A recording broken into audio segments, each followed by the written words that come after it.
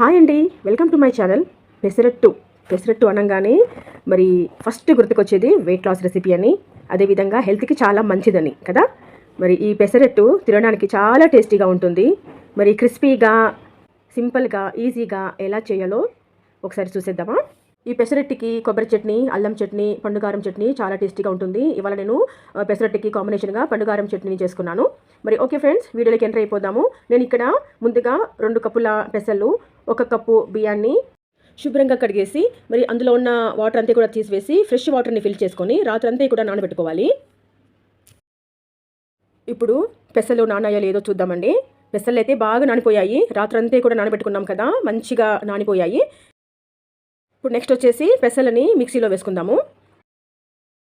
నానబెట్టుకున్న పెసలని మిక్సీలో వేసుకున్న తర్వాత ఇందులోకి ఉల్లిపాయ చిలికలు, పచ్చిమిర్చి చిలికలు, అల్లం ముక్కలు, జీలకర్ర, కొత్తిమీర, కరివేపాకు, కొద్దిగా వాటర్ని యాడ్ చేసుకొని దోసపిండిలాగా మెత్తగా రుబ్బుకోవాలి.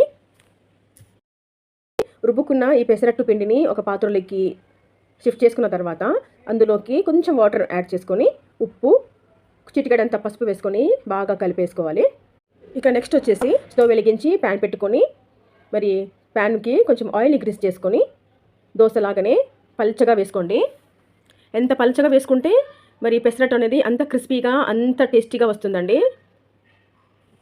ఈ విధంగా మెల్లగా ఎంతవరకు సాగుతుందో పిండి అంతవరకు మీరు దోశ పిండిలాగా మరి పెసరపిండిని కూడా ఈ విధంగా దోశలాగా వేసుకోండి.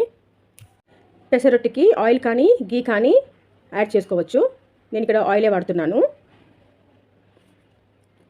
ఈ విధంగా మంచిగా రోస్ట్ అయిన తర్వాత రెండో వైపుకి పెసరట్టుని తిప్పుకోవాలి.